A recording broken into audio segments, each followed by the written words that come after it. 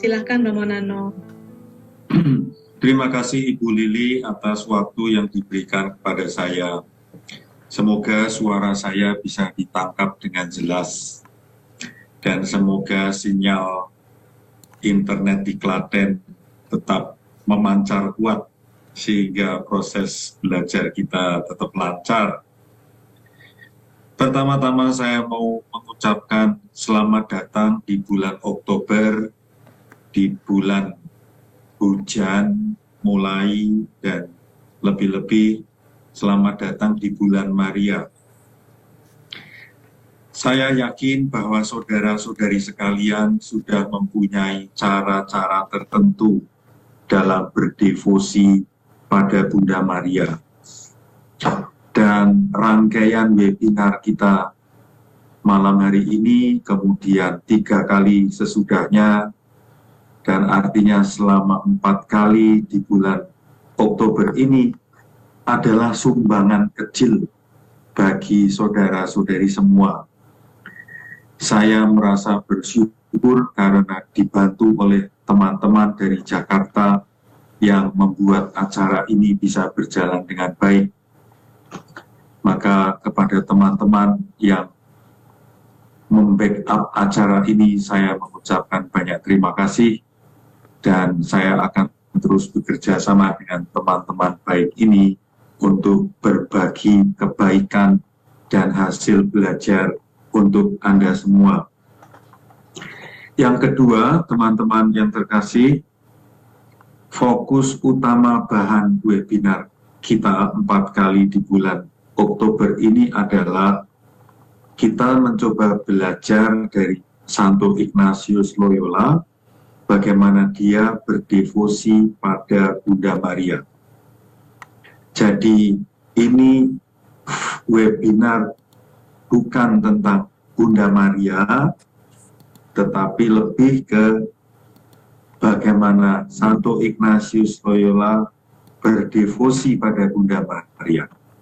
Harapan kami, cara-cara Santo Ignatius Loyola berdevosi itu memperkaya dan memperdalam cara kita berdevosi pada Maria.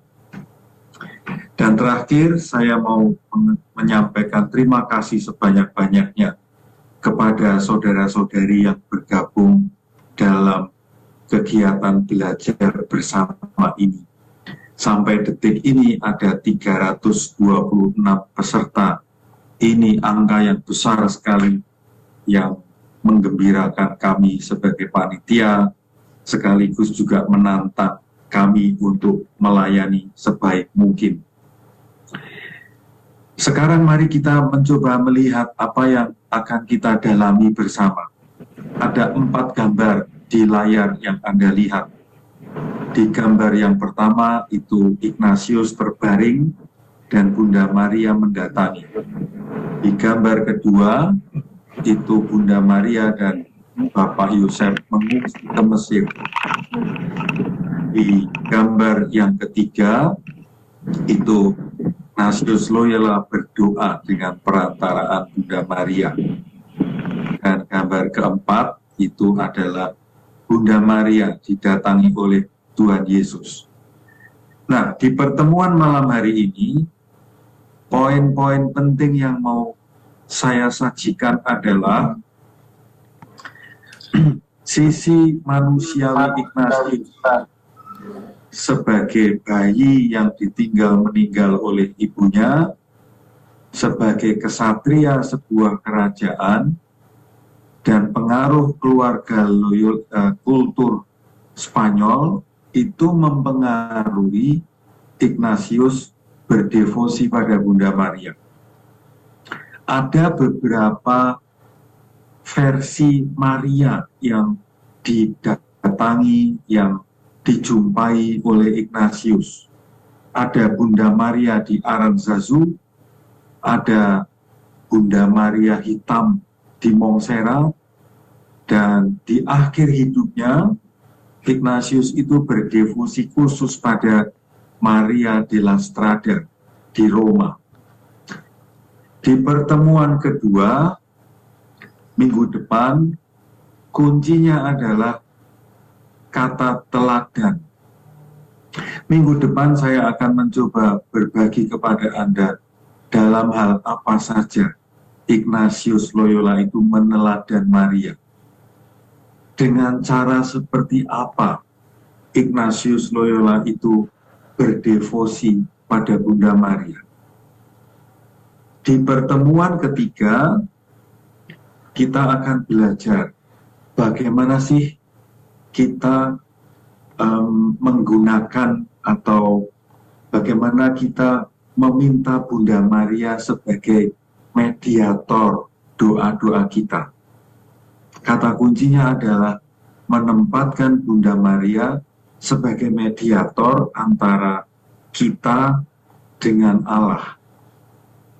Dan pertemuan yang terakhir, yang keempat, kita akan mencoba belajar dari Bunda Maria ketika beliau didatangi oleh putranya yang bangkit dari kematian.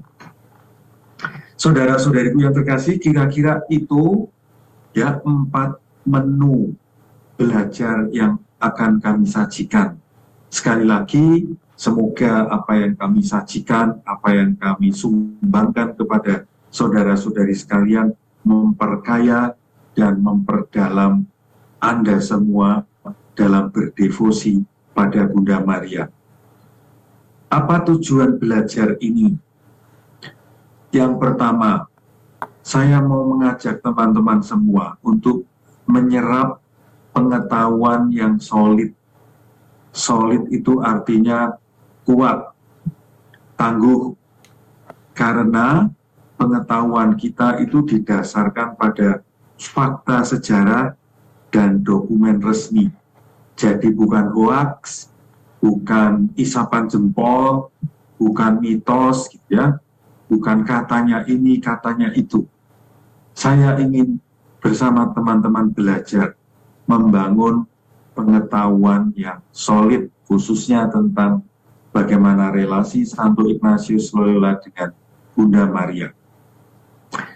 Tujuan yang kedua, apa yang kita pelajari tidak berhenti pada kepala. Apa yang kita dalami, harapan kita tidak berhenti hanya sebagai pengetahuan, tetapi untuk membantu kita mengembangkan diri. Saya punya cara devosi tertentu. Ignatius Loyola punya beberapa cara berdevosi. Harapan kami, harapan kita, cara-cara Ignatius Loyola atau cara-cara siapa lagi yang inspiratif itu memperkaya dan mengembangkan diri kita dalam berdevosi. Tujuan yang berikutnya adalah saya ingin mengajak saudara-saudari semua untuk bersikap inklusif dalam proses belajar ini. Artinya terbuka pada siapapun. Siapa saja yang mau belajar, mari kita berbagi bersama. Dan bersifat apostolis. Apostolis itu dari kata apostol, dari kata rasul. Artinya kita mau merasul juga. Kita mau membantu siapa saja yang mau meneladan Santo Ignatius Loyola berdevosi pada Bunda Maria. Saudara-saudari yang terkasih, apa kekhususan devosi Ignatius Loyola pada Bunda Maria? 4 kata kunci ini yang menurut saya menjadi kuncinya. Kata yang pertama, Ignatius Loyola menempatkan Bunda Maria sebagai ibu. Tentu Anda semua tahu arti kata ibu.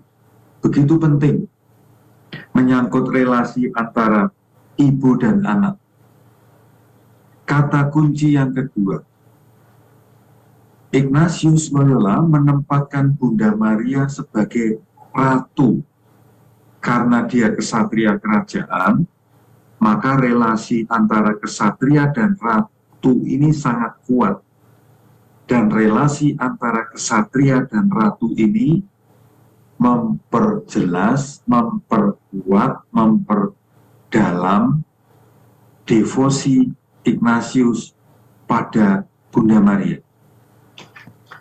Yang ketiga, Bunda Maria itu adalah mediator doa antara Ignatius dan khususnya dengan Tuhan Yesus. Dan kata kunci yang ketiga adalah teladan. Maria atau Bunda Maria adalah orang yang paling lengkap mengikuti Tuhan Yesus. Maka Ignatius Loyola menjadikan Bunda Maria sebagai teladan karena Ignatius Loyola mempunyai tekad besar untuk mengikuti Tuhan Yesus Kristus. Saudara-saudari, 4 kata kunci ini sebetulnya sudah mulai bisa membantu kita untuk berefleksi, ya, untuk melihat diri sendiri. Selama ini, ketika saya berdoa, berdevosi pada Bunda Maria, di bagian mana saya itu biasa melakukan? Dugaan saya, teman-temanku, sebagian besar dari kita menempatkan Bunda Maria sebagai mediator antara aku dan Allah. Ada kata-kata kalimat yang ditulis dengan jelas, ya, misalnya di Gua Maria Kerep Ambarawa. Ada tulisan Per Mariam ad Jesu. Artinya, melalui Maria kita akan sampai pada Tuhan Yesus. Artinya, kita mencoba mengungkapkan keinginan kita, permohonan kita, doa-doa kita kepada Bunda Maria dengan harapan supaya doa-doa kita disampaikan oleh Ibunda kepada putranya. Nah, saudara-saudari, mari memperluas wawasan bahwa Bunda Maria bukan hanya mediator, tetapi menurut Ignatius Loyola sendiri, Bunda Maria adalah ratu yang diabdi, ibu yang melindungi, dan teladan yang memberi inspirasi. Kurang lebih gagasan pokoknya itu. Semoga dari sini teman-teman sudah mulai berpikir dan menemukan di bagian mana aku sudah berkembang dan di bagian mana aku ingin mengembangkan diri dalam rangka meneladan Bunda Maria. Mari kita melihat secara singkat, ya, bagaimana Bunda Maria itu ibu yang dirindu dan ratu yang diabdi oleh Ignatius Loyola. Saya mau mengajak teman-teman untuk melihat secara singkat sejarah hidup Ignatius Loyola.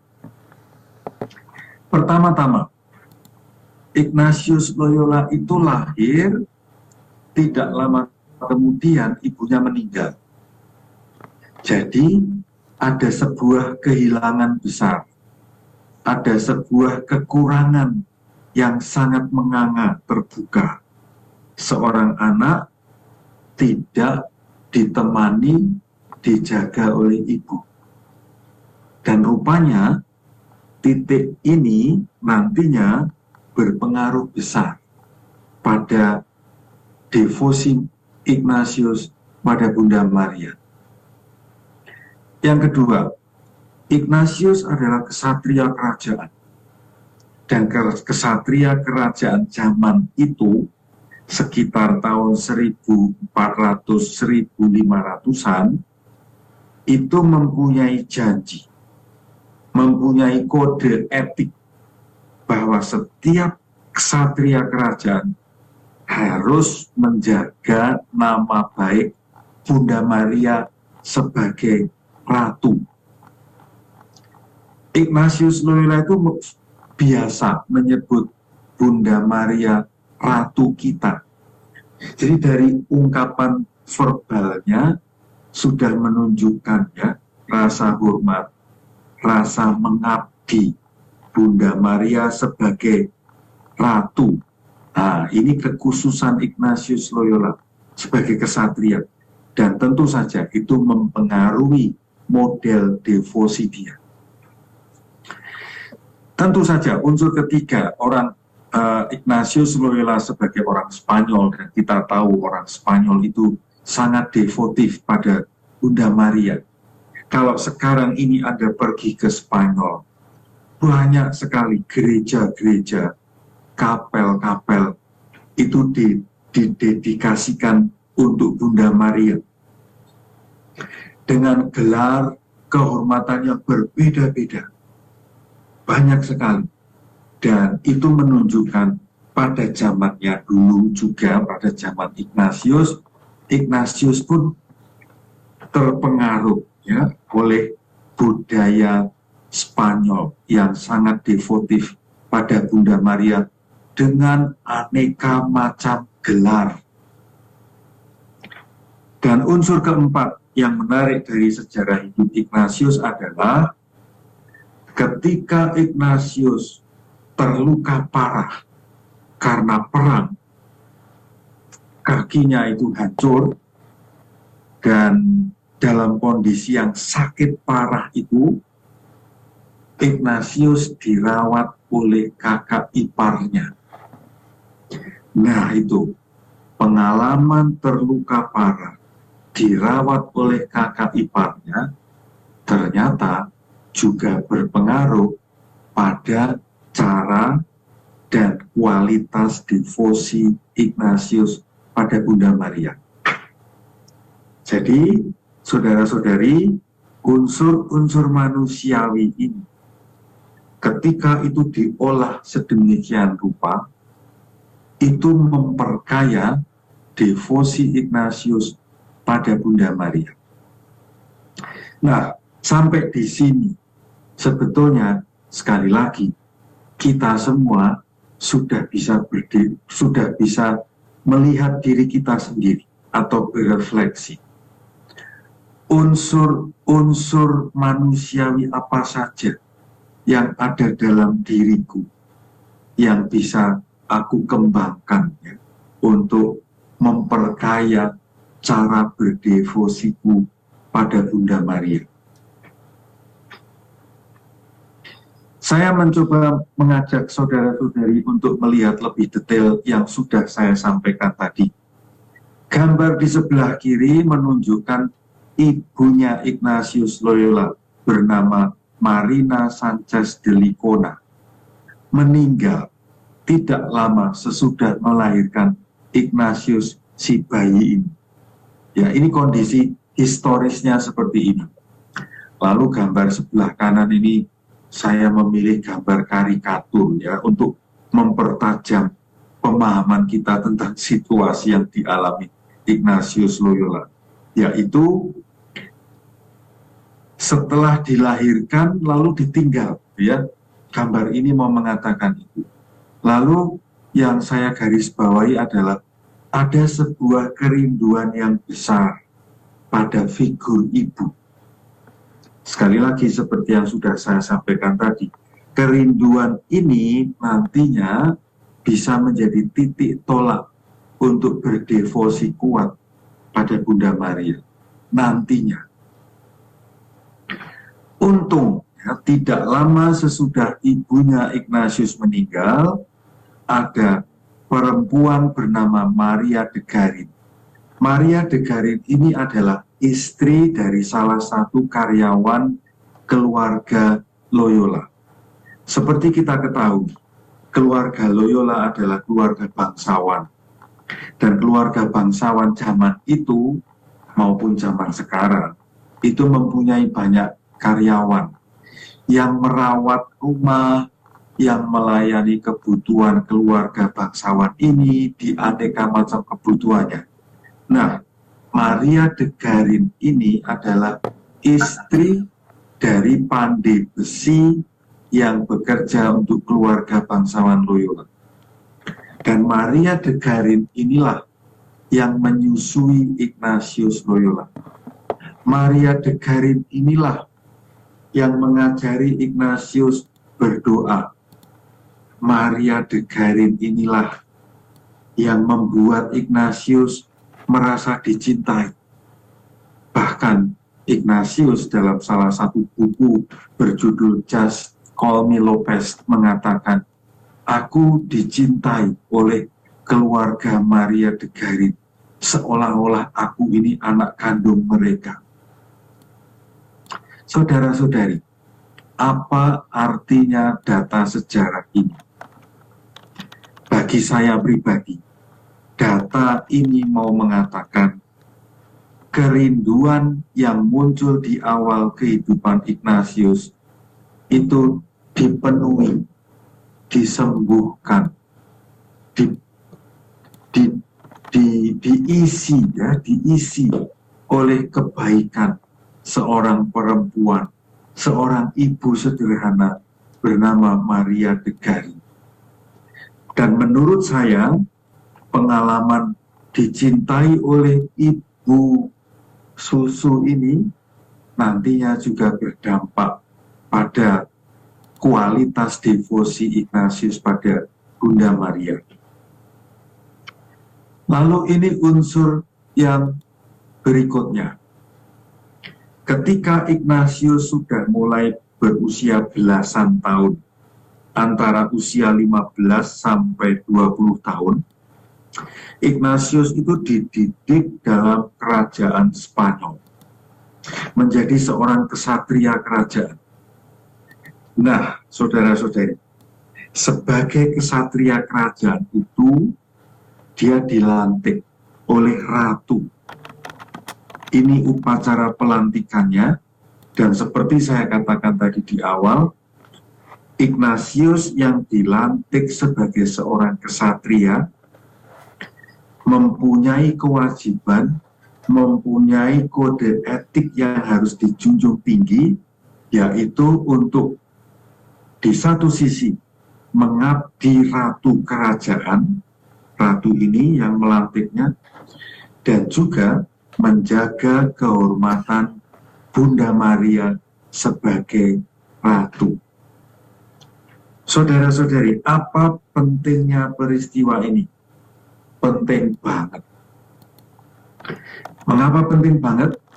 Karena peristiwa historis ini seperti menanam dengan sangat kuat, memeteraikan, membaptis, membentuk, memformasi Ignatius sebagai kesatria yang harus memperjuangkan nama baik Bunda Maria. Sebagai seorang kesatria yang membela kerajaan Spanyol zaman itu, yang mengabdi raja dan ratu, dia mendapat tugas untuk menyelesaikan problem-problem peperangan zaman itu. Dan seperti halnya kita ketahui, dia mempertahankan benteng Pamplona, dan di benteng itu kakinya terkena peluru meriam, dan karier dia yang mulai menuju puncak itu akhirnya boom, gitu ya, mendapatkan cannonball moment, mendapatkan hantaman yang sangat keras, bang, gitu. Jadi peluru meriam ini menghancurkan fisik Ignatius, dan pada gilirannya nanti menghancurkan ambisi, mimpi, cita-cita duniawi Ignatius, dan akhirnya dia harus terkapar, terbaring, terluka parah, dan harus dirawat. Nah, pada waktu dirawat itulah dia mengalami kebaikan manusia dari kakak ipar bernama Magdalena de Arauz. Ini adalah istri dari kakak sulung Ignatius Loyola. Ignatius Loyola yang terluka parah, ya, nampak di gambar ini, kakinya itu hancur lebur, dioperasi 3 kali tanpa obat bius. Ini gila, ya. dioperasi 3 kali tanpa obat bius. Nyaris mati. Ignatius itu nyaris mati karena operasi 3 kali. Dan untung Magdalena de Araus sebagai kakak ipar merawat Ignatius dengan sangat baik. Dan ini pengakuan Ignatius dalam sebuah buku. Dia merasa dirawat dengan sangat lembut dan sangat baik oleh kakak iparnya.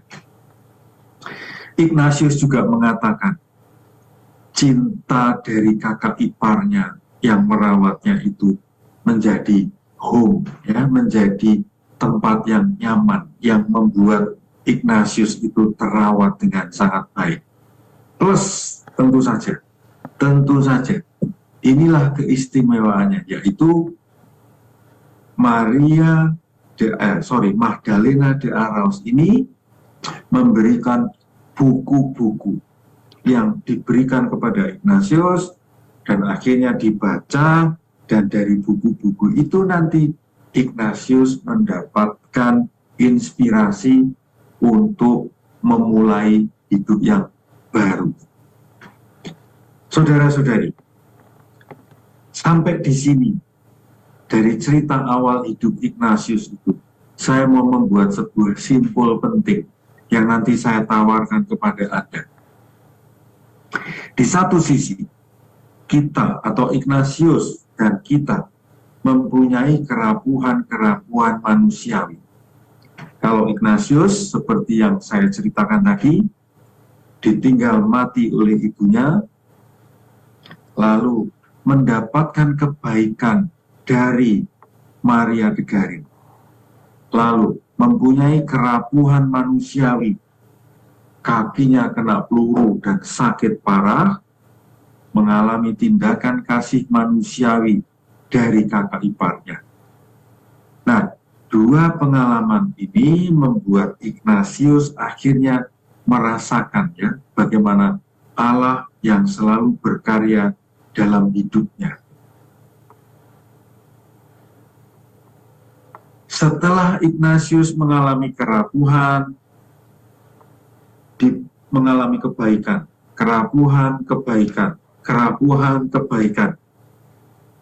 pengalaman kerapuhan,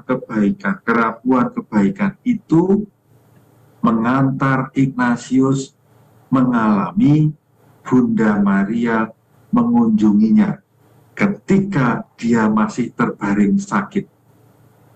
Saya memberi istilah ini, teman-teman. Ketika yang ilahi memasuki yang manusiawi. Ini gambarnya. Apakah yang dialami Ignatius sejelas ini? Apakah orang-orang dekat Ignatius juga melihat Bunda Maria yang mengunjungi Ignatius? Tidak. Peristiwa Bunda Maria mengunjungi Ignatius itu, menurut Ignatius sendiri, dia memberi istilah an instant moment. Sebuah momen yang begitu cepat berlalu, gitu. Tetapi dampaknya kuat, mendalam. Momen ilahinya sebentar, tetapi dampaknya lama, kuat, dan mendalam. Apakah gambarnya sejelas ini? Tidak. Ignatius hanya merasa dia melihat Bunda Maria. Tentu saja orang-orang di dekat Ignatius tidak melihat. Hanya Ignatius yang melihat. Lalu apa dampaknya? Saya memilih gambar biru ini mau mengatakan, ketika kerapuhan manusia, manusia yang rapuh, dan ketika yang ilahi melakukan intervensi ke dalam kerapuhan manusiawi ini, ada kemungkinan besar, tidak otomatis, ada kemungkinan besar manusia yang rapuh ini mengalami sebuah transformasi, mengalami sebuah perubahan besar. Lalu dalam hal Ignatius apa yang dialami? Saudara-saudara, Ignatius melakukan sebuah perubahan besar dalam hidupnya.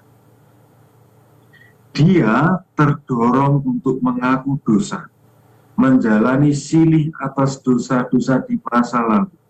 Dia memperbaiki kualitas hidupnya.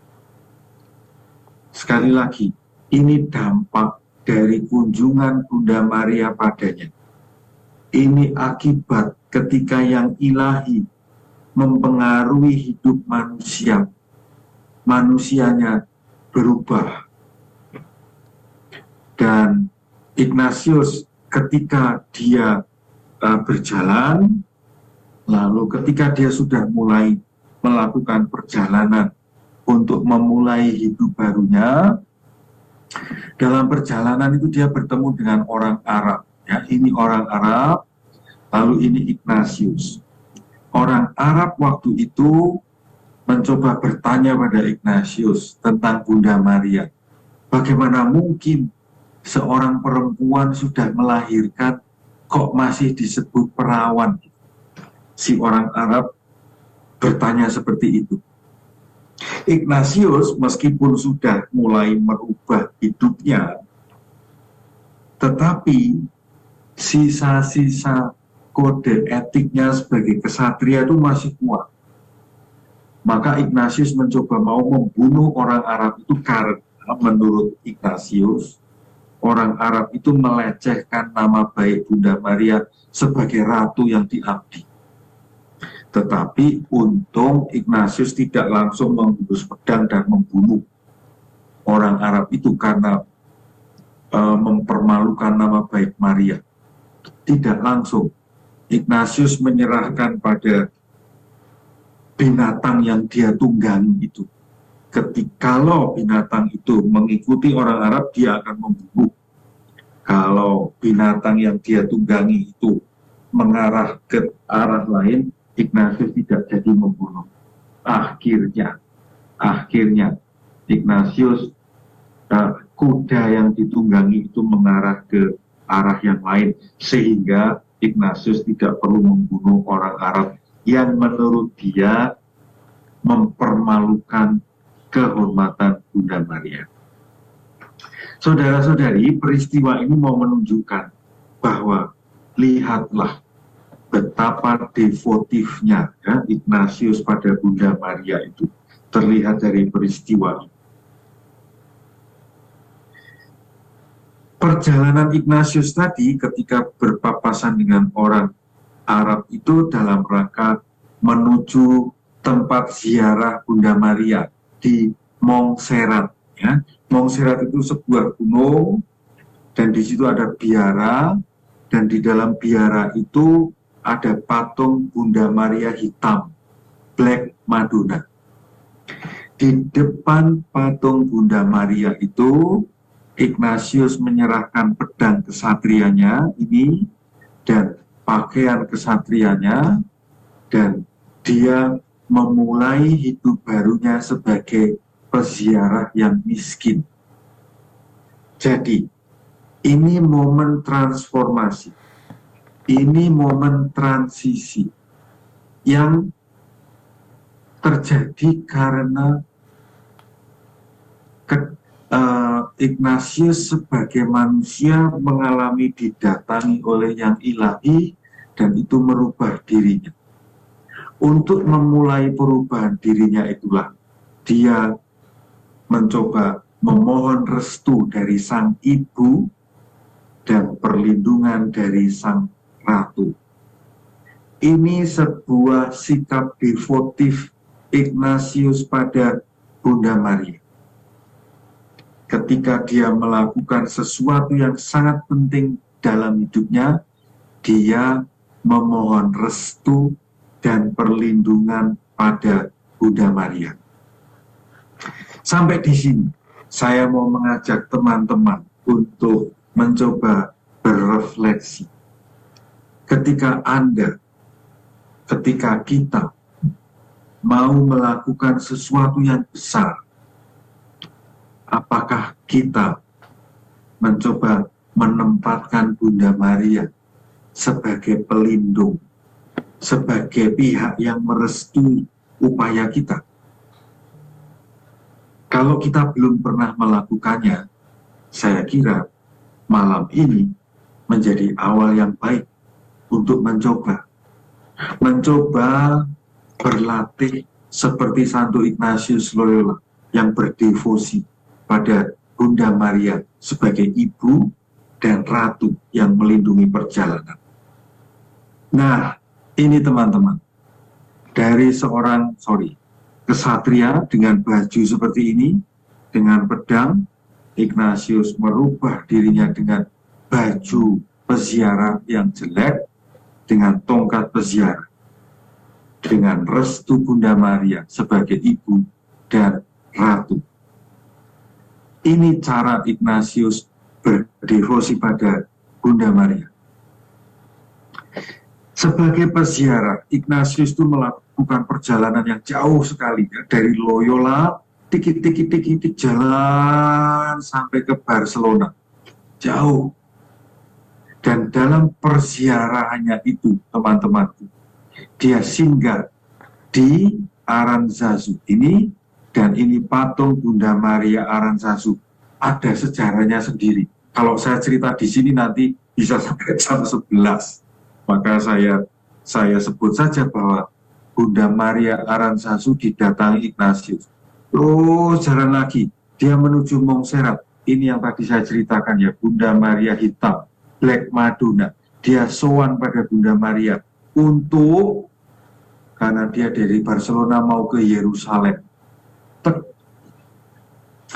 Ignatius berjalan kaki, ini perjalanan dia ke Yerusalem, dan seterusnya dan sebagainya. Saya singkat, akhirnya beberapa tahun berikutnya, Ignatius dibimbing oleh Allah sendiri, mendirikan Serikat Yesus, direstui oleh Bapa Suci, dan akhirnya dia menjadi pemimpin Serikat Yesus. Saudara-saudari, gambar ini mau mengatakan, dalam seluruh perjalanan Ignatius, dalam seluruh peziarahan Ignatius mengikuti Tuhan Yesus Kristus dari Yerusalem, ini Yerusalem, sampai kota Roma, Ignatius menempatkan peziarahannya dalam perlindungan Maria della Strada.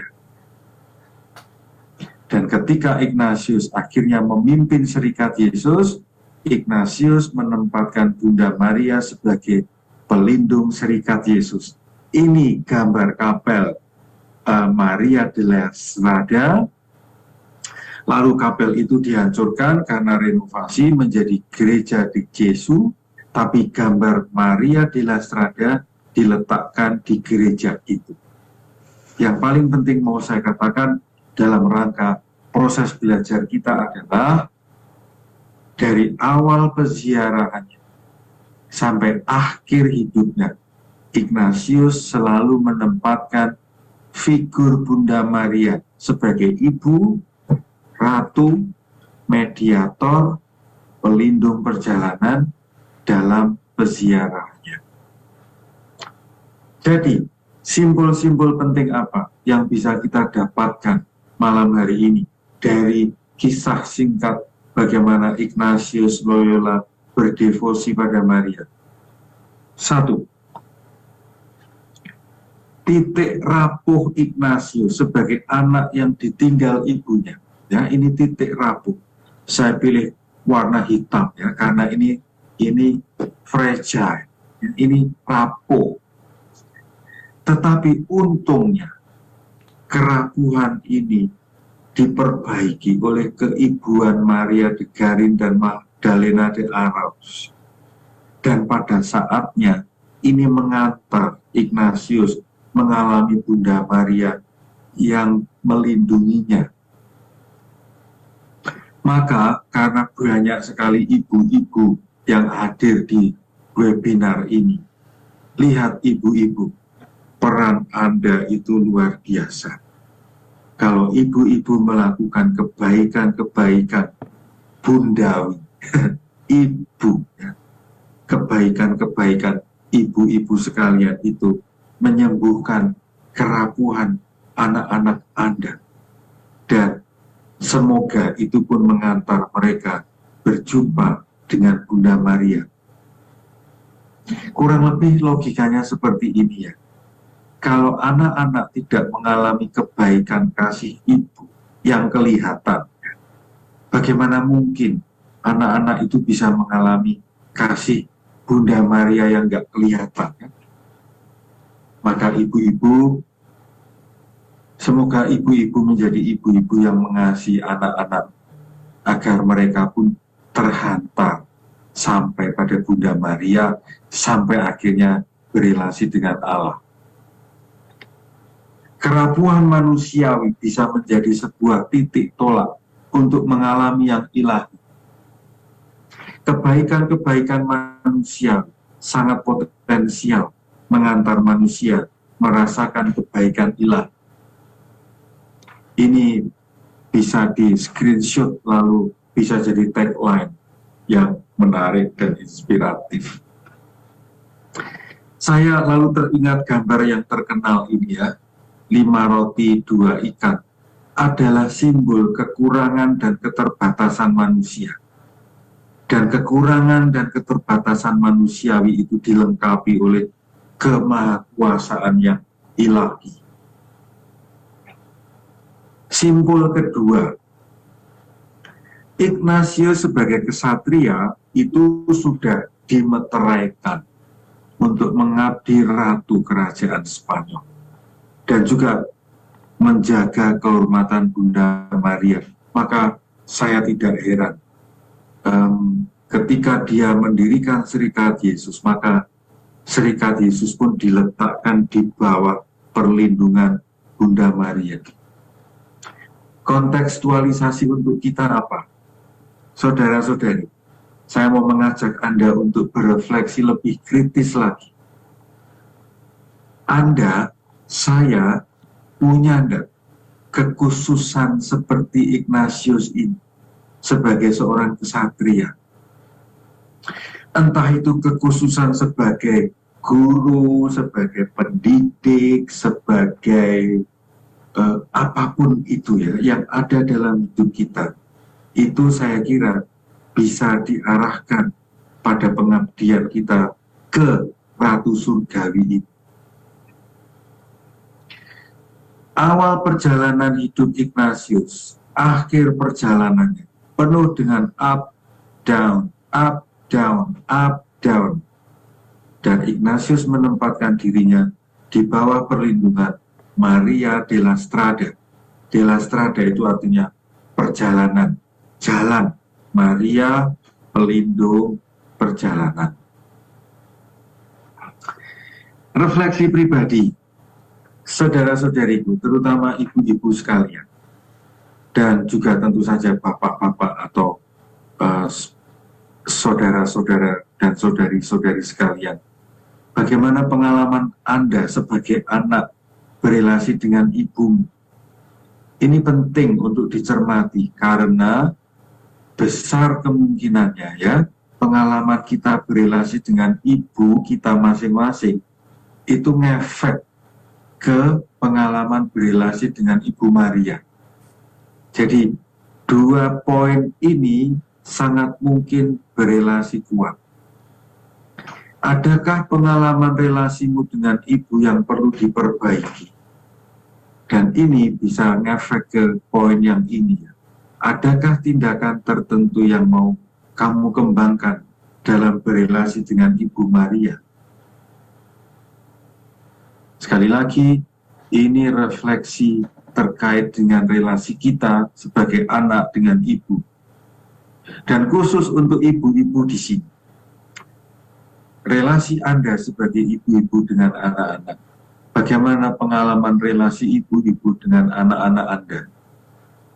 Kalau ibu-ibu mengasihi anak-anak Anda dengan sangat baik, besar kemungkinannya itu juga berdampak positif pada relasi anak-anak Anda dengan Bunda Maria.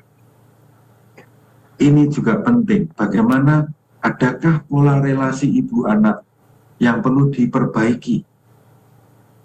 Dan sebagai ibu, Anda mau meneladan apa dari Ibu Maria? Di 3 webinar berikutnya, saya akan mencoba melihat lebih dalam sisi ini. Saudara-saudariku yang terkasih, ini bagian terakhir dari sharing saya malam hari ini. Mari kita terus belajar dari Ignatius Loyola untuk meneladan Bunda Maria, mengikuti Allah Putra yang menjadi manusia. Semoga dari beberapa hal yang kami sumbangkan untuk Anda tadi, ada beberapa hal yang mengena di hati Anda dan membantu Anda memperkaya, memperdalam, menguatkan devosi Anda pada Bunda Maria. Terima kasih banyak atas perhatian Anda semua. Saya cukupkan sekian dulu sharing saya, dan saya kembalikan kepada Ibu Lili. Terima kasih. Wah, terima kasih Romo Nano, luar biasa. Pemaparan yang mengesankan, jelas, dan mencerahkan Romo. Kini kami juga bisa mengerti betapa Ignatius begitu dekat relasinya dengan Bunda Maria. Penyertaan Bunda Maria selalu Ignatius rasakan di tahap-tahap penting hidup Ignatius.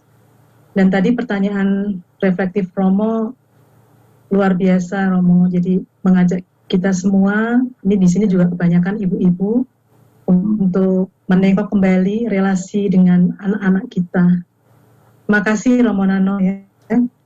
Para peserta webinar yang terkasih, setelah ini akan dilanjutkan sesi Q&A yang akan dipandu Ibu Rusari Ananta. Silahkan para peserta untuk menanyakan melalui chat 00 Q&A. Tim Q&A juga sudah mengkompilasi pertanyaan-pertanyaan yang masuk. Baiklah, kita akan melanjutkan acara kita malam ini dengan Q&A. Para peserta untuk Q&A nanti akan dipandu oleh Ibu Rosari Ananta. 30 menit Bu Rosari waktunya untuk Q&A yang tersedia.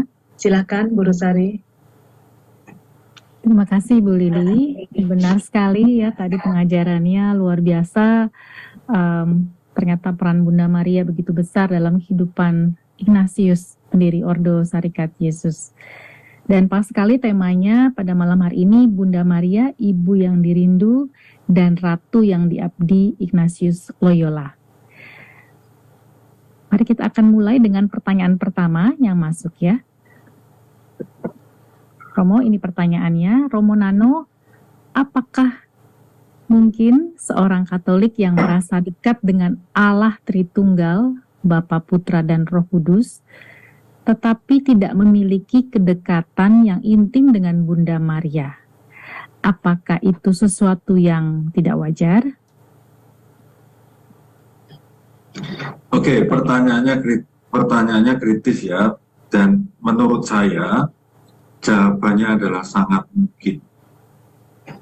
Karena relasi seseorang dengan figur-figur yang ilahi itu unik, berbeda, spesifik masing-masing orang. Maka kalau yang tadi ditanyakan, mungkin tidak seseorang sangat dekat dengan Allah Tritunggal, tetapi tidak dekat sama sekali dengan Bunda Maria, mungkin tidak.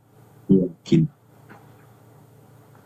Dan pasti juga ada sebabnya. Kok lebih dekat dengan Allah Tritunggal? Kok tidak bisa dekat dengan Bunda Maria? Ada apa? Tidak salah ya, tidak salah. Tetapi untuk saya pribadi, saya tertarik untuk bertanya, kok tidak bisa dekat dengan Bunda Maria, kenapa ya? Saya akan mencoba, kalau itu teman baik, saya akan bertanya, relasimu dengan ibumu kayak apa? Relasimu dengan bapakmu kayak apa? Tidak otomatis ya, bahwa kemungkinan relasi orang itu dengan ibunya buruk, gitu. Belum tentu juga. Sebagai sebuah hipotesa itu akan saya letakkan di benak saya, dan saya mau saya mau bertanya, kok kamu nggak dekat dengan Bunda Maria, kenapa? Sekali lagi, itu wajar, oke, tidak salah. Begitu, Rosari. Baik, terima kasih Romo. Pertanyaan yang kedua,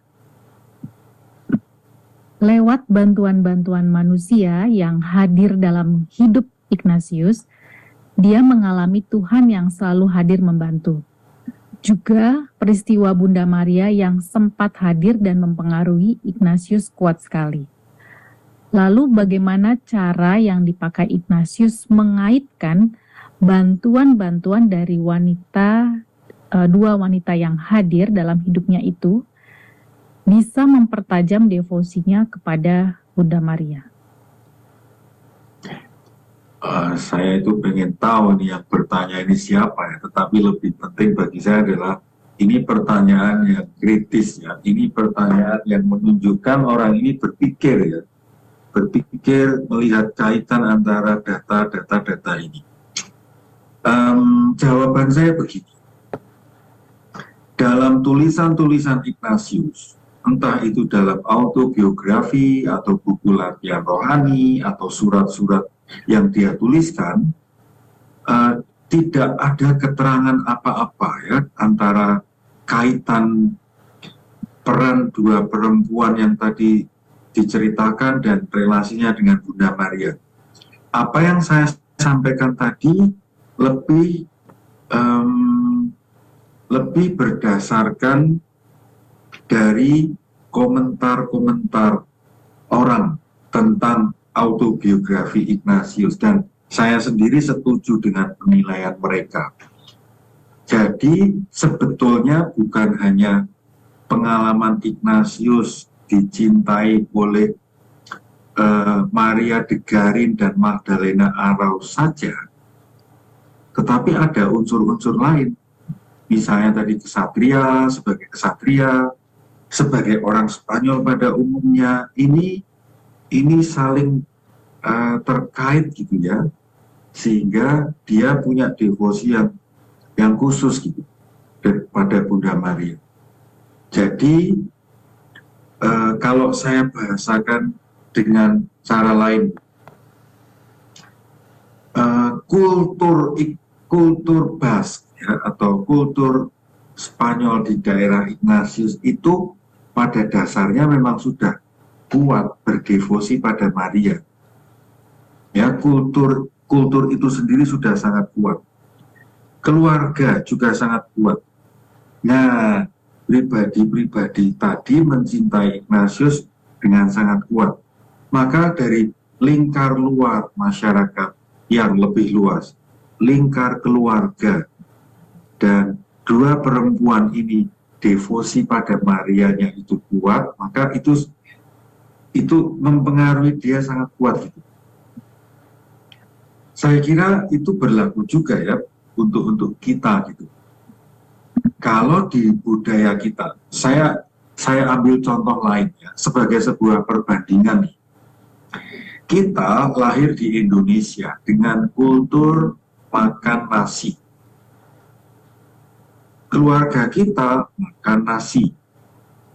Maka kultur nasi di masyarakat, di keluarga itu mempengaruhi saya. Sejak saya kecil sampai saya dewasa makan nasi terus itu. Ketika saya berada di luar negeri, disuguhi roti, kentang, makan. Tapi orang mengatakan, rasanya belum makan kalau belum makan nasi gitu ya. Ini sebuah contoh yang mau mengatakan betapa kuat gitu, pengaruh kultur besar, kultur keluarga, dan pribadi-pribadi khusus. Saya berharap teman-teman menjadi lebih paham ya pengaruh dua perempuan itu pada kualitas devosi Ignatius Loyola itu. Maka saya mengembalikan pertanyaan saya kepada yang bertanya gitu. Devosi Anda itu pengaruh dari mana? Keluarga kah? Paroki kah? kelompok tertentu kah? Dan model devosi Anda sebagai pengaruh dari lingkungan Anda itu seperti apa? Cermati model devosinya. Nah, kalau Anda sudah tahu model devosi Anda, misalnya berdoa rosario, maka menurut saya ini menjadi titik tolak untuk mengembangkan pola devosi yang lain. Pola devosi yang lain seperti apa? Ya seperti tadi saya contohkan ya, bagaimana Ignatius menempatkan Maria sebagai ratu yang dibela, ratu yang melindungi gitu.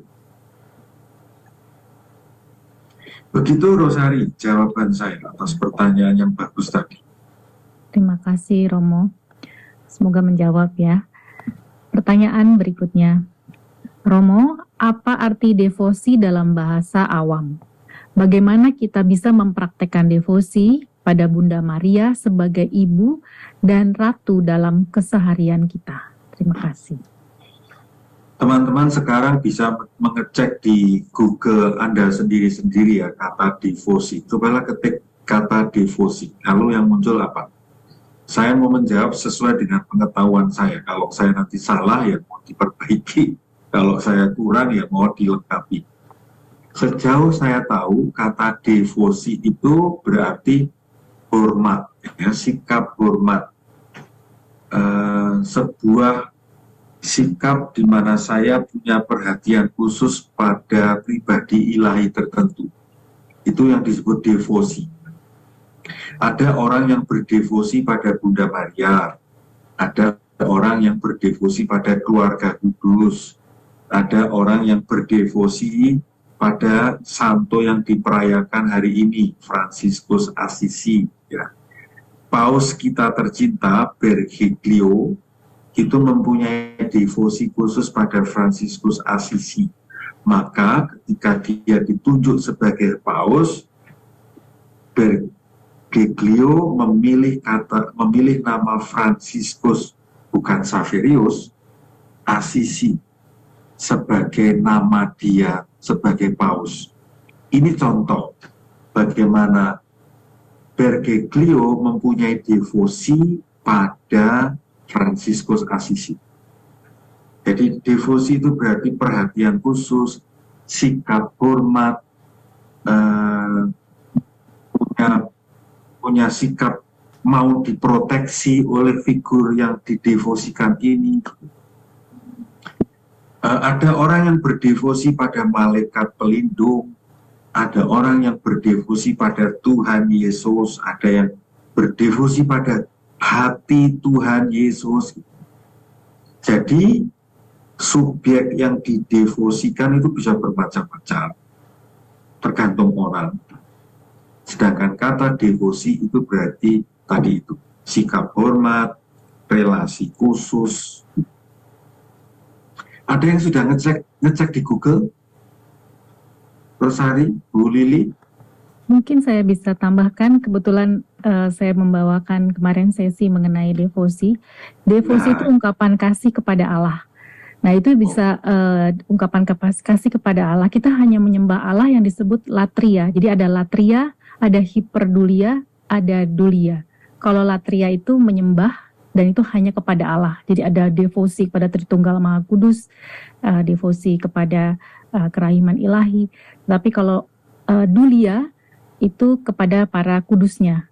Nah, hiperdulia itu hanya untuk Bunda Maria karena perannya yang satu-satunya itu. Jadi itu hiperdulia dan dulia kepada Santa Santo. Itu penghormatan. Mungkin itu devosi adalah ungkapan kasih, ya termasuk penghormatan, tapi penyembahan hanya kepada Tuhan. Terima kasih Rosario atas informasi tambahan ini. Saya malah baru dengar ini. Kalau nanti ada pertanyaan kamu yang menjawab ya, jangan saya. Tapi terima kasih, ini informasi yang bagus. Baik, itu mengenai devosi.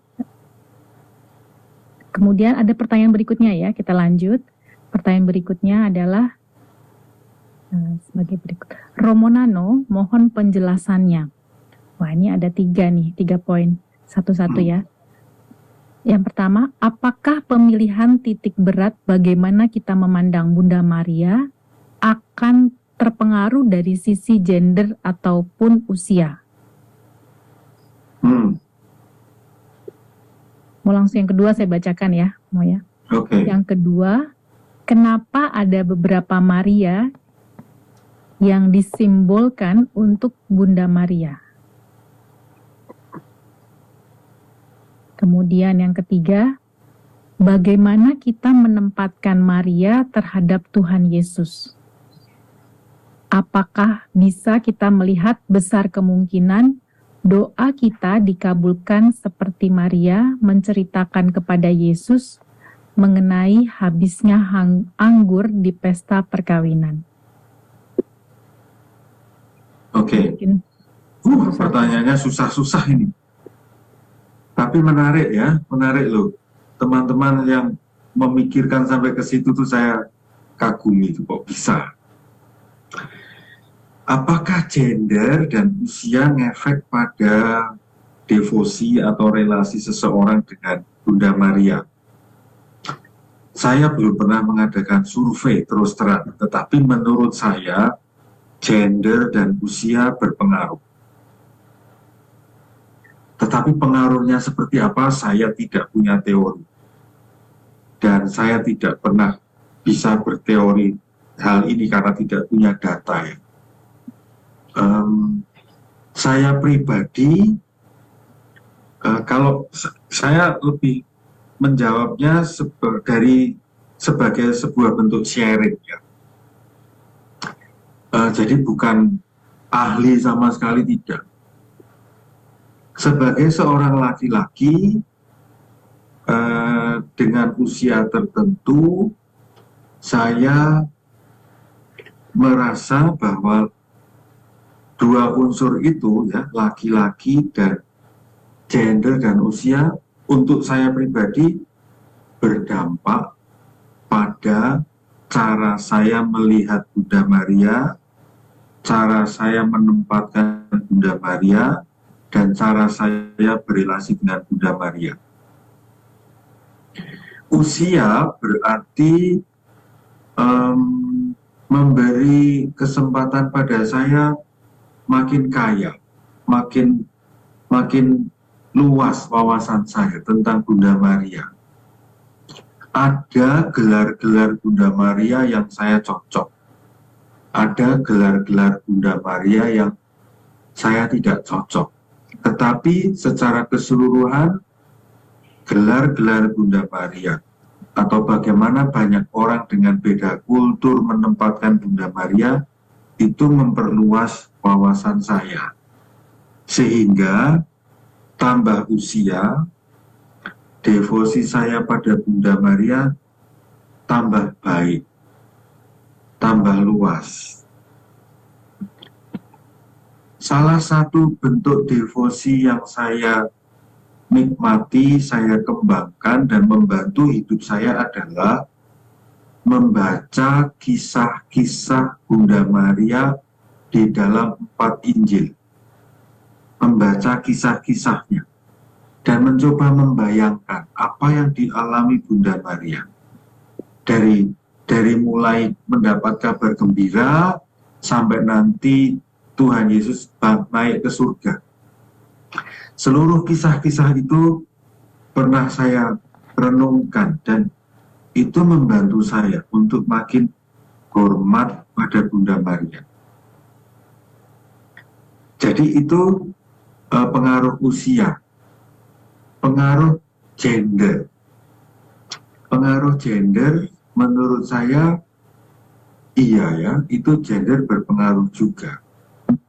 Saya tidak begitu mencermatinya. Tetapi yang lebih berpengaruh adalah kondisi saya sebagai anaknya ibu kandung saya. Status saya sebagai anak itu membantu saya bisa menempatkan Bunda Maria dengan pas gitu.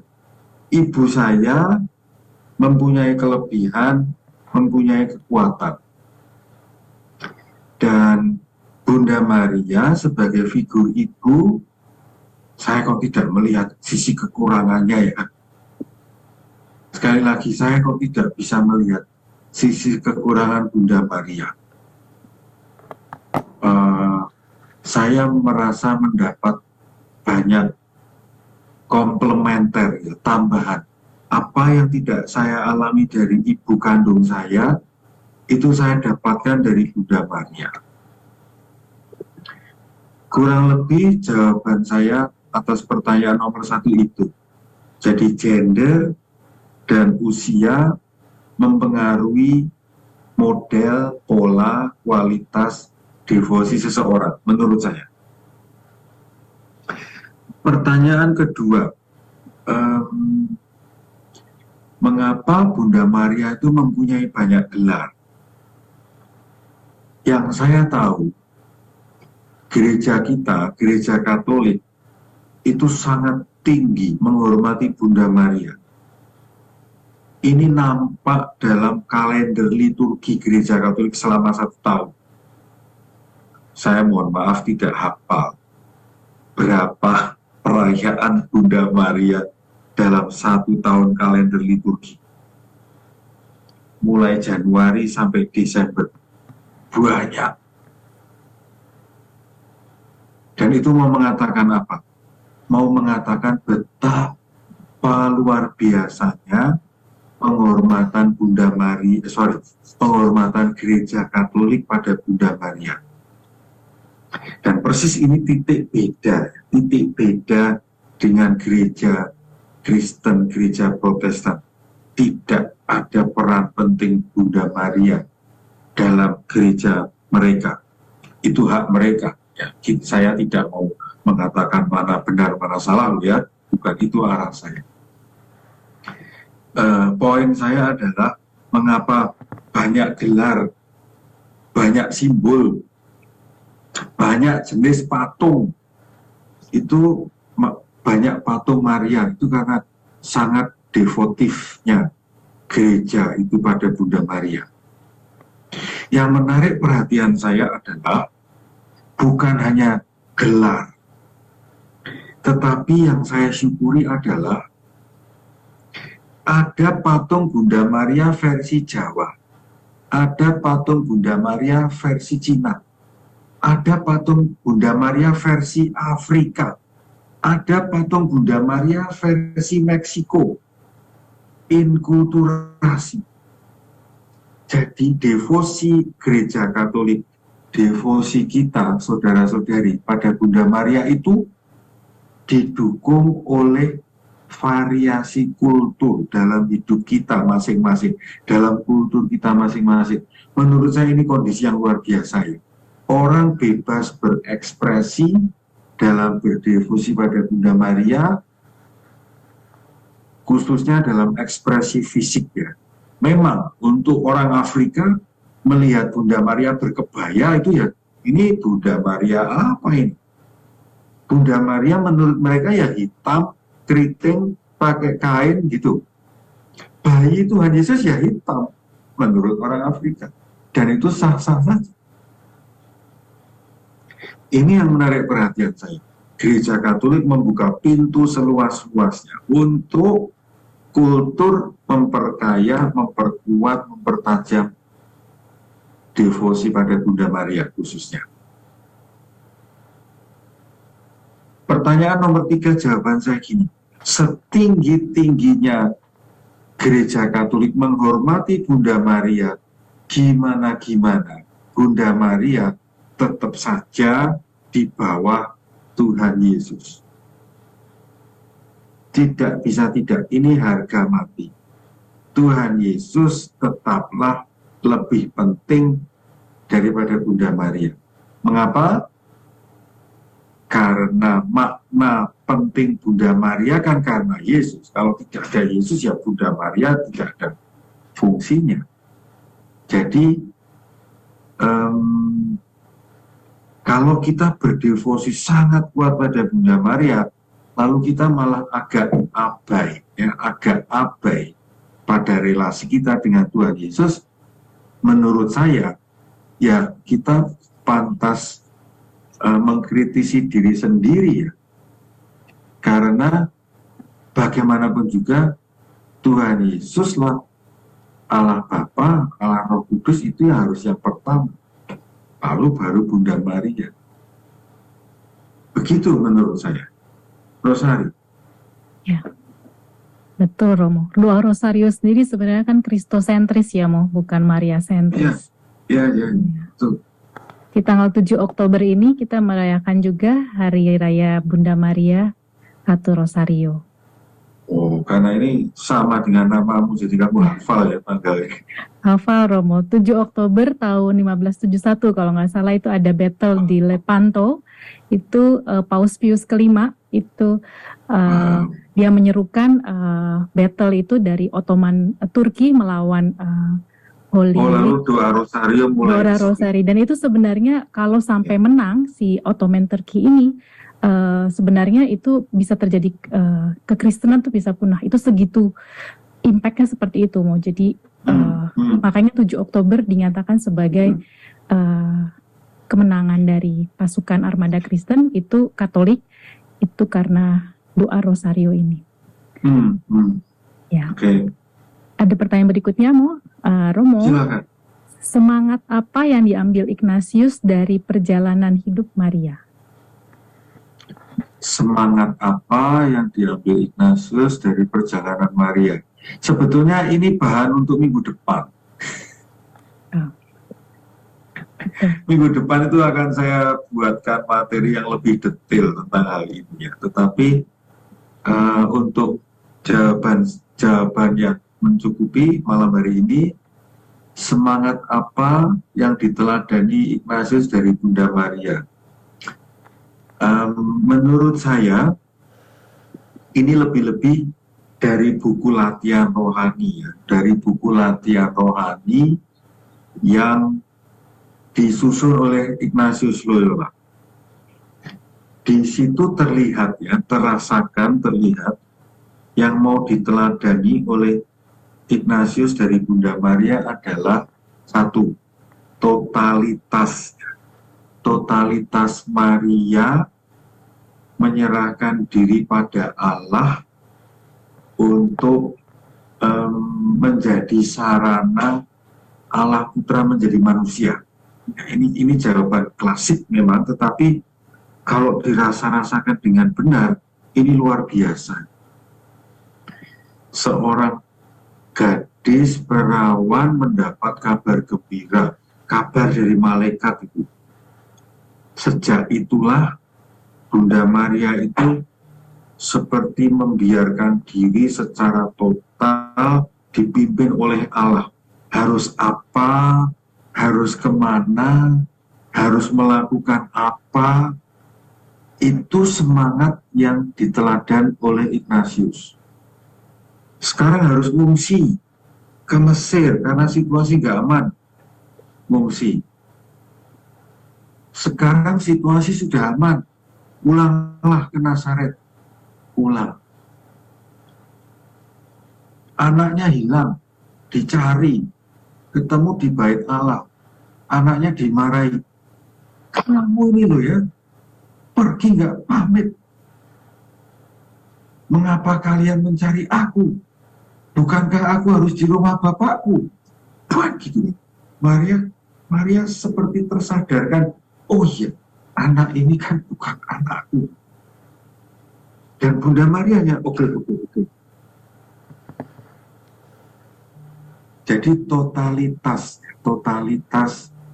Bunda Maria membiarkan diri Allah memimpin, itu yang diteladan oleh Ignatius. Kedua, menurut saya, Ignatius meneladan Maria dalam hal kontemplatif, responsif, kontemplatif. Maksudnya apa nih? Kata-kata yang susah. Contohnya, Maria itu mendengar kata-kata Yesus. Siapa ibuku? Siapa saudara-saudariku? Maria kan sebagai ibu kan kayak sakit hati dong ya. Ada anaknya diberitahu, guru ibumu datang tuh. Ibuku, siapa ibuku? Gila kan, mungkin kalau ibu-ibu ini mengalami itu bisa naik pitam, darah tinggi, trigliserid langsung naik gitu, kolesterol tinggi gitu, atau ada yang vertigo, itu ada teman saya itu langsung vertigo gitu ya. Tapi apa yang dialami Bunda Maria? Dia merenungkan dalam hati. Itu yang saya sebut responsif kontemplatif. Itu artinya tidak reaktif dan mencoba mencerna apa sih maksudnya. Termasuk tadi kata-kata Tuhan Yesus umur 12 tahun. Ngapain kalian mencari aku? Bukankah aku harus di rumah Bapakku? Cep, diem. Kalau ini ibu-ibu yang di sini, anak-anakmu mengatakan hal itu, mungkin sudah langsung tangannya naik gini gitu ya. Atau balesan di gitu. Mungkin ya. Tapi Bunda Maria dilakukan apa? Responsif, kontemplatif. Artinya tidak reaktif, diem, dan mencoba merenungkan ini artinya apa ya. Nah itu kurang lebih menurut saya itu yang diteladani Ignatius dari Bunda Maria. Bagaimana dia menyerap kata-kata Tuhan Yesus itu maknanya apa. Lalu barulah dia merealisasikan setelah mengolah kata-kata itu. Demikian Rosari jawaban saya. Semoga membantu teman yang bertanya. Baik, terima kasih Romo.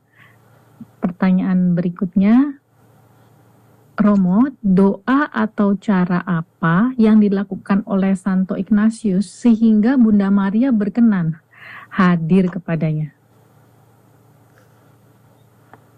Doa apa atau cara apa? Ini saya tahu arahnya.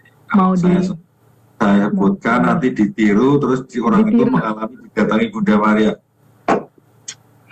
Kayak dukun aja nih saya. Saudara-saudari. Pertama, menurut saya tidak ada doa yang paling mujarab yang bisa mendatangkan Bunda Maria atau figur-figur ilahi lainnya. Tidak ada doa yang paling mujarab kecuali doa syukur agung. Itu menghadirkan tubuh dan darah, ya kan? Doa-doa yang lain saya kok tidak berani mengatakan doakan ini pasti terkabul. Tidak juga ya. Wong Tuhan Yesus berdoa di Getsemani saja, Tuhan Yesus permohonannya tidak dikabulkan Bapaknya. Ya kan?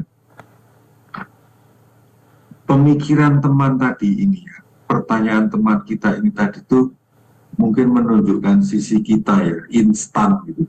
Pengen doanya ini paling manjur, shortcut, pasti dapat gitu ya. Nggak ada. Terus terang nggak ada. Menurut saya, ya, yang dilakukan Ignatius bukan doa jenis ini. Tetapi Ignatius itu mengajarkan kepada kita cara berdoa. Nah, cara berdoa Ignatius itu yang memungkinkan yang ilahi itu bisa kita rasakan.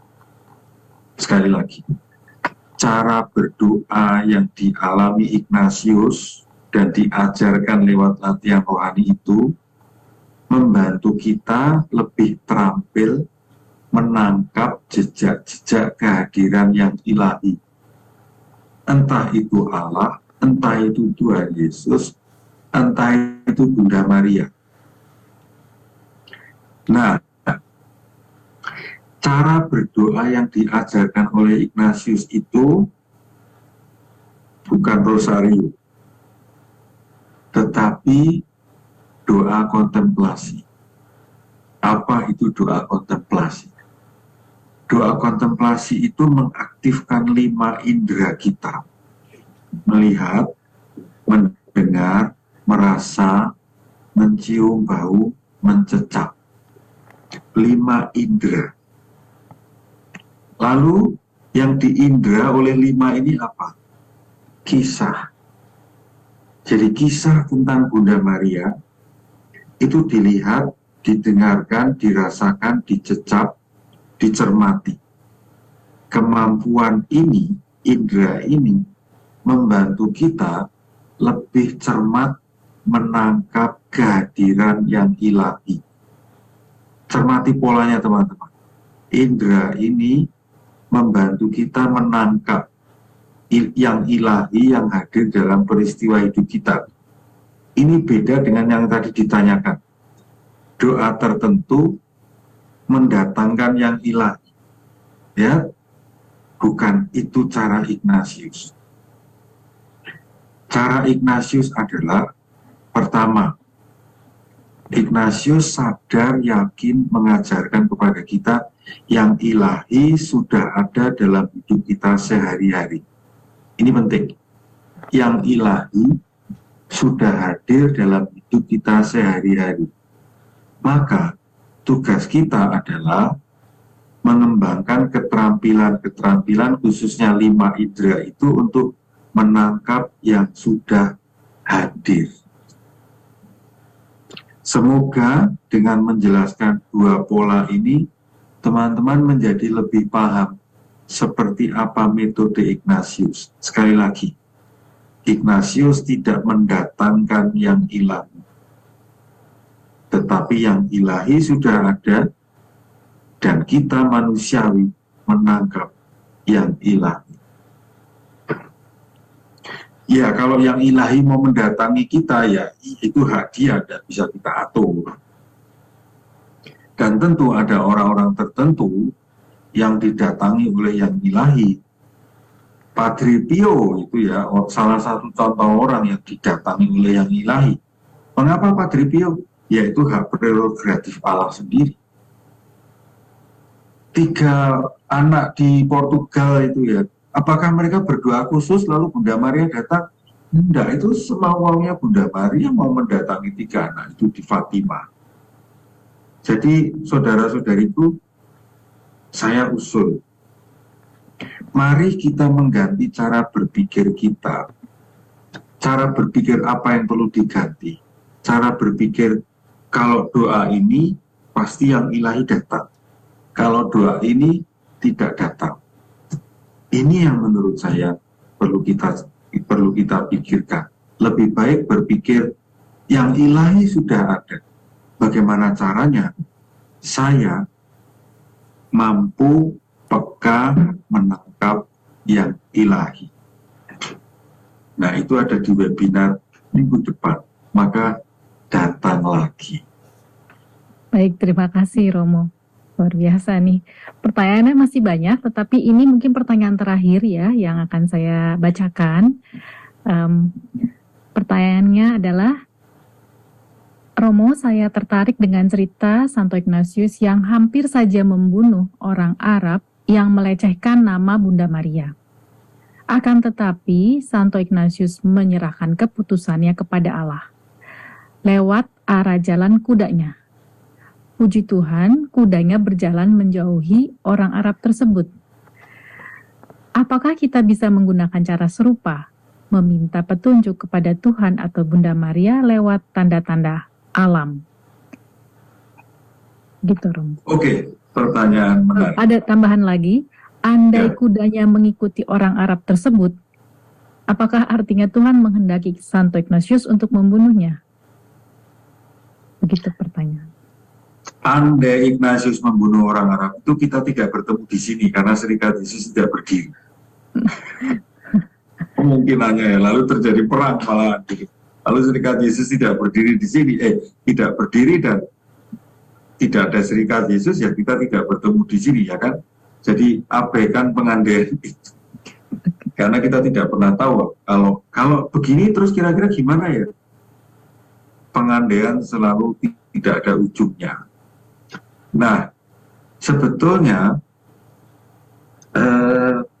ketika Ignatius membiarkan kuda yang menentukan, ini sebetulnya momen yang sangat penting, yang nanti akan digarisbawahi, di-highlight, diajarkan oleh Ignatius, yaitu itu sebuah momen ketika kita nih saudara-saudari yang bisa berpikir, yang bisa merancang, yang bisa melakukan banyak hal, itu kita pasif dan membiarkan pihak lain yang menentukan. Ini momen krusial, ini momen penting, ini momen yang diajarkan Ignatius karena dia ngalami sendiri. Membiarkan pihak lain, dalam hal ini Allah, yang memimpin. Prinsipnya itu. Nah, kalau tadi ditanyakan apa kaitannya dengan tanda-tanda alam. Tanda-tanda alam itu bisa dipakai untuk membantu kita mengambil keputusan. Tanda-tanda alam. Hanya masalahnya sekarang kondisi alam sudah agak rusak, sehingga agak susah memakai tanda-tanda alam. Tetapi toh sebetulnya apa yang terjadi di alam, apa yang terjadi di pribadi-pribadi di dekat kita, itu bisa menjadi tanda-tanda, jejak-jejak bimbingan Allah gitu. Bisa, sangat mungkin. Atau dari buku-buku yang kita baca, dari cerita-cerita yang kita dengar. Anyway, banyak hal di sekitar kita itu perlu dimanfaatkan karena sebetulnya Allah bekerja lewat hal-hal yang ada di dekat kita itu. Jadi Allah bekerja di sekitar kita, maka kita perlu cermat membacanya dan pada saatnya ya membiarkan hal-hal itu yang membantu kita mengambil keputusan. Kurang lebihnya seperti itu jawaban saya atas pertanyaan tadi. Baik, terima kasih Romo. Ternyata nih peserta sangat antusias, masih banyak pertanyaan yang masuk. Namun sayang sekali waktunya untuk tanya jawab sudah selesai. Kami mohon maaf ya untuk peserta yang pertanyaan belum sempat dibacakan dan dijawab Romo, namun kami berharap jawaban Romo tadi juga sudah mencerahkan dan jangan khawatir, masih ada pertemuan 2, 3, dan 4 dan juga akan ada sesi tanya jawab dan mungkin nanti pertanyaan-pertanyaan berikutnya bisa ditanyakan di sesi-sesi berikutnya. Sebagai penutup, mungkin Romo ingin memberikan closing statement. Oke. Teman-teman, closing statement saya itu begini. Bunda Maria itu bukan melulu pribadi yang bisa kita mintai memenuhi kebutuhan keinginan kita. Tetapi Bunda Maria itu menjadi teman yang mengajari kita bagaimana mengikuti Tuhan Yesus. Saya ulangi. Bunda Maria itu bukan hanya pribadi yang kita mintai untuk memenuhi keinginan-keinginan kita saja. Tetapi Bunda Maria itu juga pribadi yang mengajari kita cara-cara mengikuti Tuhan Yesus Kristus. Semoga kita berkembang jadi umat Katolik yang bukan hanya begging, meminta, tetapi menjadi orang Katolik yang mau learning, belajar, mengikuti Tuhan Yesus dengan belajar dari Bunda Maria. Terima kasih banyak atas perhatian teman-teman yang hadir sampai mencapai jumlah 300. Semoga Anda bisa mendapat sesuatu dari proses belajar kita malam hari ini. Terima kasih banyak atas kehadiran dan perhatian Anda semua.